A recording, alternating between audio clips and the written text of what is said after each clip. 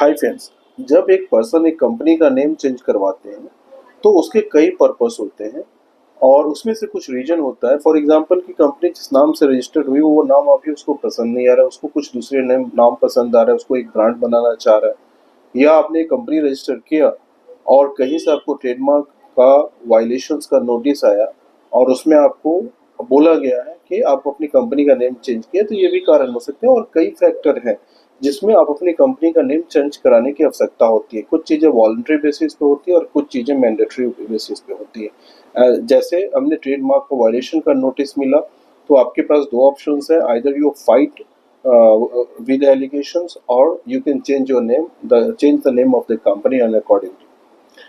तो जब आप कंपनी का नेम चेंज होती है, चेंज कराने के बाद जो ओल्ड कंपनी का नेम है, पुरानी कंपनी का नेम है, आपको उसको 2 साल तक कैरी करने की आवश्यकता होती है। जो एक कंपनी का लेटर हेड है, एक कंपनी का पब्लिकेशंस है, एक कंपनी का ऑफिस है, एक कंपनी का ब्रांच है, तो जो सारे जगह पे हैं उसको 2 साल तक उस ओल्ड कंपनी का नेम भी कैरी करने की आवश्यकता होती है।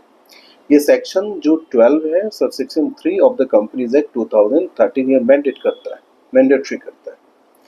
तो जब एक कंपनी को चेंज, कंपनी का नाम चेंज, इसके कई फैक्टर भी है। जब हम कंपनी का नेम चेंज करते हैं, हमारी पहले से कंपनी चल रही है, तो जो हमारे जो स्टेक होल्डर्स हैं उसको कोई परेशानी ना हो। दूसरा है कंपनी लॉ के जो प्रोविजंस एंड सेक्शन है उसके कंप्लाई करने के लिए यह हमें 2 साल तक कैरी करने की आवश्यकता होती है। अगर कंपनी का लेटर हेड है तब भी आपको उसमें चेंज कराने की आवश्यकता होगी, चाहे वो प्रोमिसरी नोट्स है या जो भी डॉक्यूमेंट्री पेपर्स बनते हैं, उस हर जगह आपको ओल्ड कंपनी का नेम मेंशन करने की आवश्यकता होती है।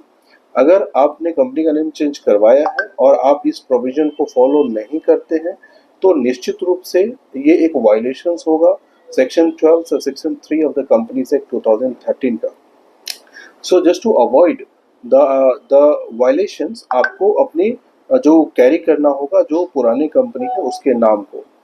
तो एक तो कंपनी का नेम चेंज कराना अपने आप में it is a difficult, it means एक चैलेंजिंग टास्क होता है कि एक पुरानी कंपनी जो ऑलरेडी चल रहा है, हम एक न्यू कंपनी दें तो एक ब्रांडिंग का भी इशू होता है।